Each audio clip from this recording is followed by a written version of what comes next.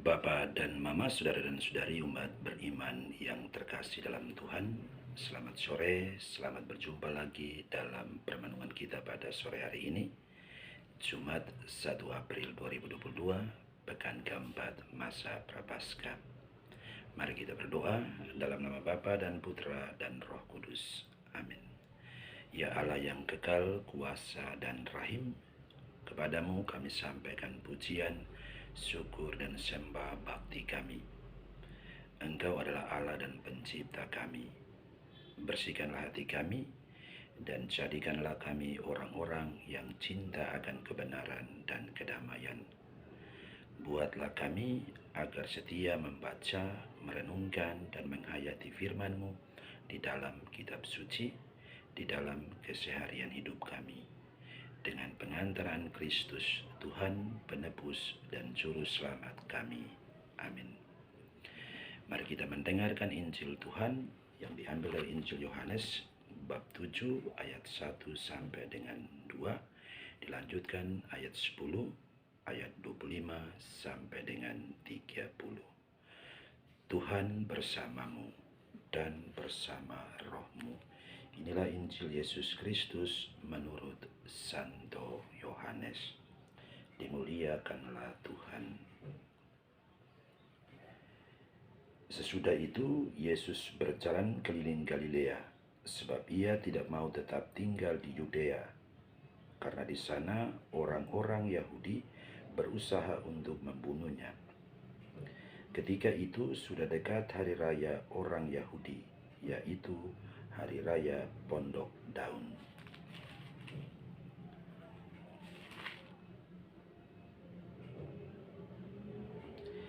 Tetapi sesudah saudara-saudara Yesus berangkat ke pesta itu, ia pun pergi juga ke situ.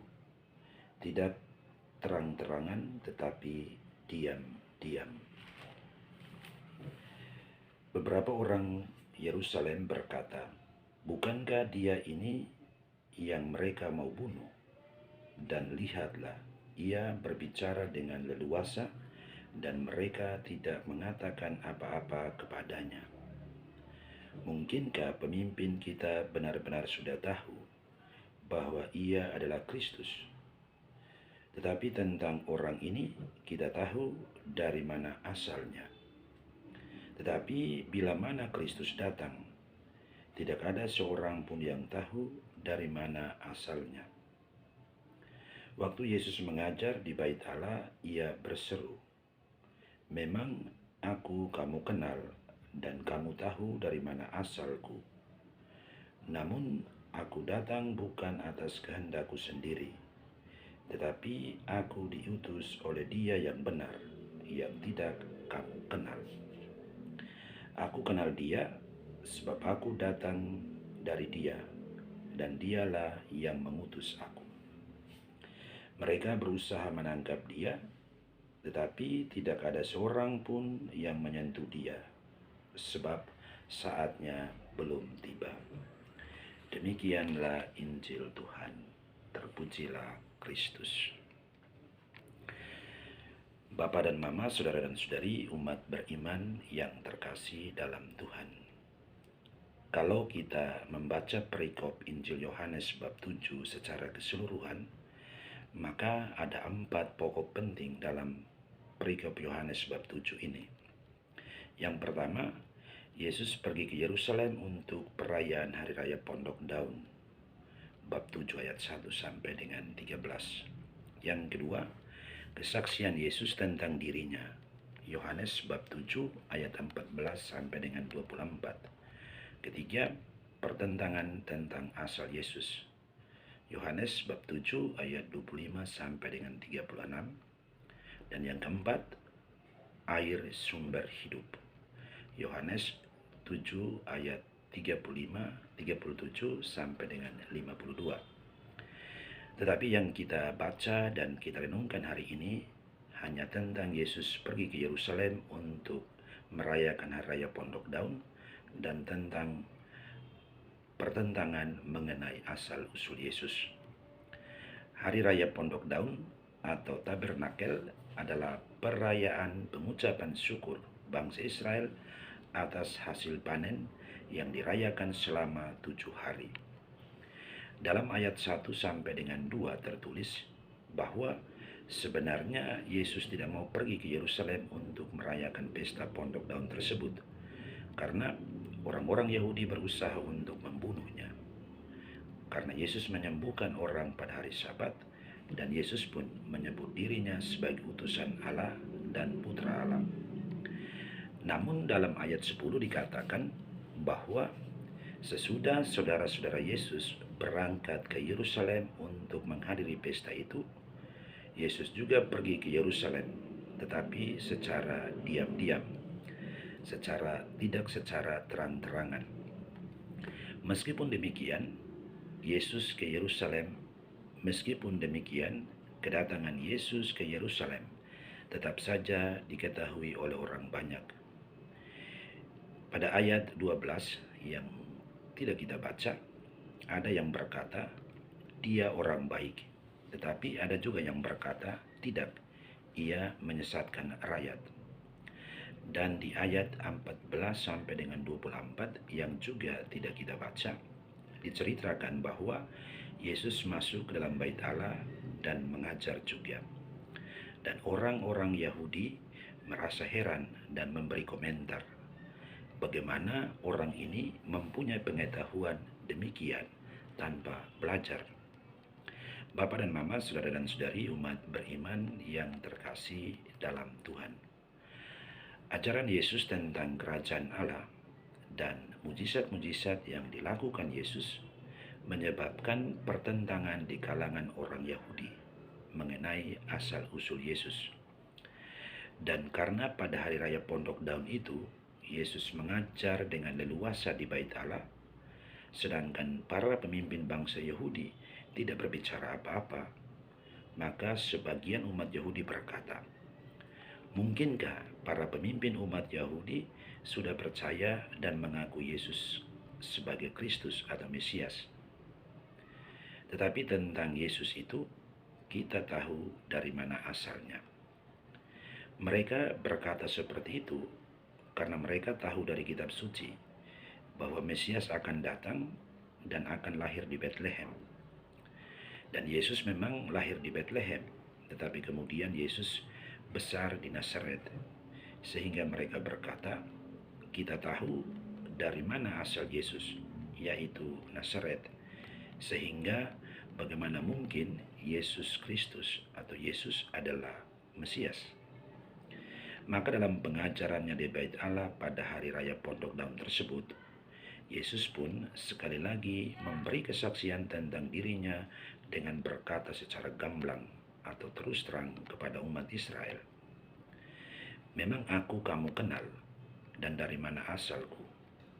Namun aku datang bukan atas kehendakku sendiri, tetapi aku diutus oleh Dia yang benar, yang tidak kamu kenal.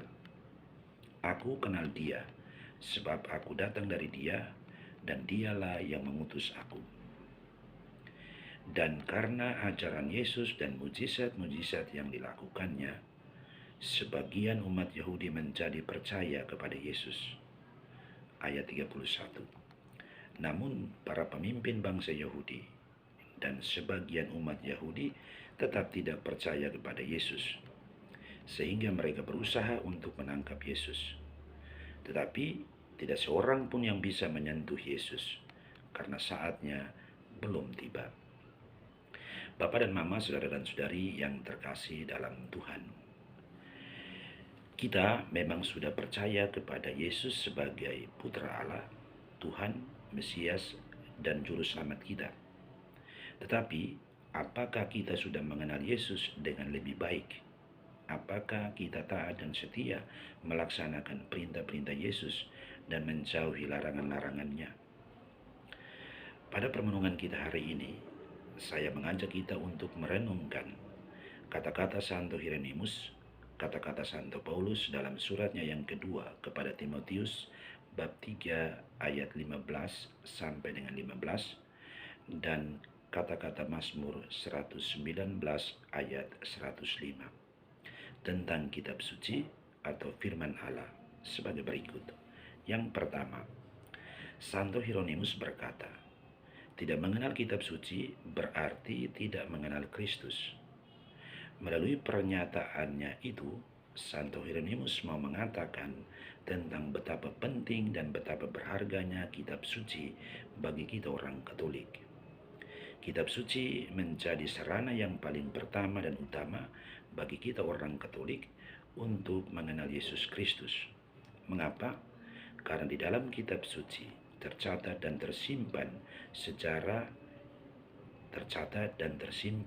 sejarah hidup, karya, dan ajaran Yesus. Maka, untuk mengenal Yesus secara lebih baik, kita harus membaca kitab suci. Yang kedua, dalam suratnya kepada Timotius, Santo Paulus menasihati Timotius tentang manfaat dari kitab suci demikian. Ingatlah juga bahwa dari kecil engkau sudah mengenal kitab suci yang dapat memberi hikmat kepadamu dan menuntun engkau kepada keselamatan oleh iman kepada Kristus Yesus. Segala tulisan yang diilhamkan memang bermanfaat untuk mengajar, untuk menyatakan kesalahan, untuk memperbaiki kelakuan, dan untuk mendidik orang dalam kebenaran. 2 Timotius bab 3 ayat 15 sampai dengan 16. Bukan bab 15 ayat 15, tetapi 2 Timotius bab 3 ayat 15 sampai dengan 16. Yang ketiga, dalam kitab Mazmur bab 119 ayat 105 tertulis, firman-Mu itu pelita bagi kakiku dan terang bagi jalanku. Ini berarti kitab suci menjadi penerang atau penuntun bagi kita di dalam menjalani seluruh persiarahan hidup kita di dunia ini. Bapa dan Mama, saudara dan saudari yang terkasih dalam Tuhan, menyadari betapa pentingnya kitab suci sebagai sarana untuk mengenal Yesus dan ajaran-ajarannya, maka sekali lagi saya mengajak kita yang mendengarkan renungan ini agar rajin dan setia membaca kitab suci. Sebagai orang Katolik, kita harus menjadikan kitab suci sebagai bacaan harian dan wajib, baik secara pribadi maupun secara bersama, yaitu dengan anggota keluarga serumah. Saya menganjurkan 2 cara berikut. Yang pertama, kita membaca kitab suci setiap hari 1 bab.